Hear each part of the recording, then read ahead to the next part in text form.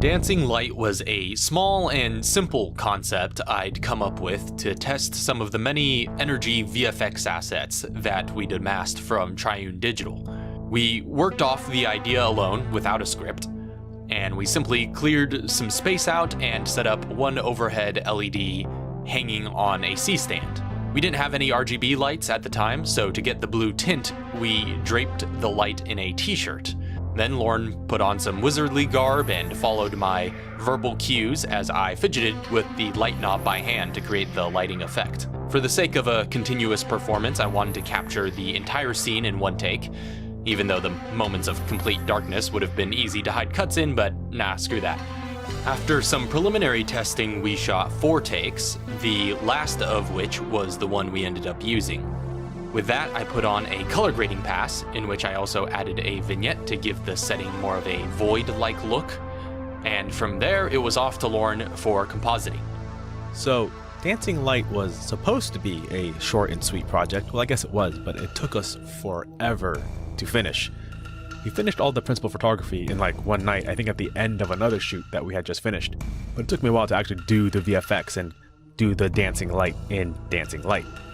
The actual effect wasn't that hard. I didn't have to make any original assets of my own. All I had to do was composite them and massage them into the effect we were looking for. It was a fairly painless process. All I had to do was track the hand that the dancing light was going to be paired to with a slight delay so the effect was following the hand as opposed to being like glued to it. So just to make it look more believable, like there's some inertia that's going on, so it doesn't look too obviously like a visual effect. And of course there were some areas where the hand would kind of occlude or go over the visual effect, so I just masked that part out.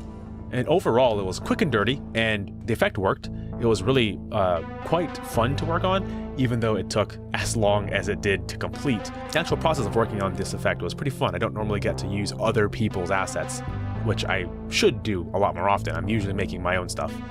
But now I know, it's easy. After getting the finished VFX, all that remained was to cut a sound mix, in which I was sure to layer on many levels of detail. That was a lot of fun. Here's some samples.